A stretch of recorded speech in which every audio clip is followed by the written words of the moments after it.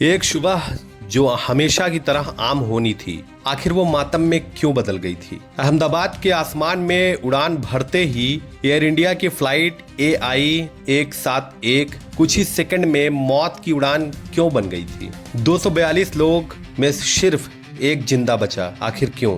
क्या हुआ था उस दिन? कैसे हुआ था हादसा? और क्या इस हादसे के पीछे कोई साजिश तो नहीं थी? नमस्कार, मेरा नाम है शौर्य द्विवेदी और आप देख रहे हैं इन्वेस्टिगेशन। तारीख थी 14 जून 2025। सुबह के 6:13 थे। एयर इंडिया की फ्लाइट AI 171 अहमदाबाद से लंदन के लिए रवाना हुई थी। उड़ान भरने के कुछ ही पलों में पायलट ने मीडिया को संदेश भेजा। फ्लाइट लगभग 230 फीट की ऊंचाई तक पहुंची और फिर तेजी से नीचे गिरती गई। विमान जा गिरा BJ मेडिकल कॉलेज के हॉस्टल पर, जहां सैकड़ों छात्र थे। फिर मौत का वो मंजर। विमान में सवार 242 में से 241 लोग मारे गए। सिर्फ एक यात्री विश्वास कुमार जिंदा बचे। वो कोच नंबर 17 में सबसे पीछे बैठे थे और सीट से छिटक कर गिरी छत के नीचे दबने से उनकी जान बची।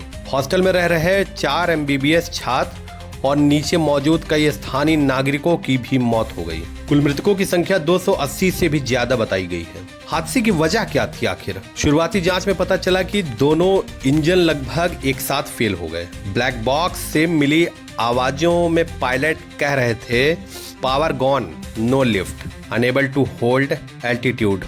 संभावनाएं यानी कि इंजन फ्लोर, ईंधन में संदूषण और सॉफ्टवेयर में गड़बड़ी। अभी तक किसी साजिश या आतंकी हमले के कुछ संकेत नहीं मिले हैं। जांच और रिपोर्ट क्या कहती है? ब्लैक बॉक्स यानी FDR और CVR मिल चुके हैं।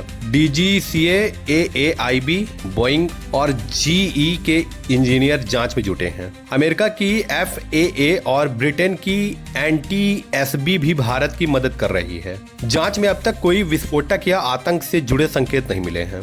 क्या ISI या कोई साजिश थी? सोशल मीडिया पर ISI एंगल की अटकलें उड़ाई गईं, पर अब तक की जांच में कोई सबूत नहीं कि यह हादसा साजिश या ISI से जुड़ा हो।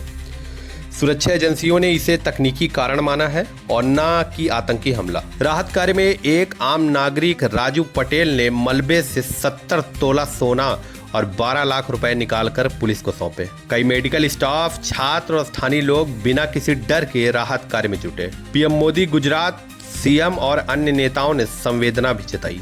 शव जलकर इतने क्षत विक्षत हुए कि DNA जांच के जरिए पहचान हो रही है। अब तक 83 शवों की पहचान हो चुकी है और 76 शव परिवारों को सौंपे गए हैं। केंद्र सरकार ने मृतकों के परिजनों को 25-25 लाख मुआवजा और नौकरी देने का ऐलान किया है। ये हादसा सिर्फ एक विमान दुर्घटना नहीं, ये एक चेतावनी भी है। तकनीक पर पूरी तरह निर्भरता, लापरवाही और सिस्टम की गड़बड़ियां जब जान लेती हैं, तब जांच और मुआवजे की बातें बहुत पीछे रह जाती हैं। लेकिन सवाल यह है कि अगली उड़ान कितनी सुरक्षित है? क्या लोगों का वही विश्वास एयरलाइंस पे बना रहेगा? क्या लोगों के अंदर का जो डर है वो खत्म हो जाएगा या फिर उसमें अभी बहुत टाइम लगेगा?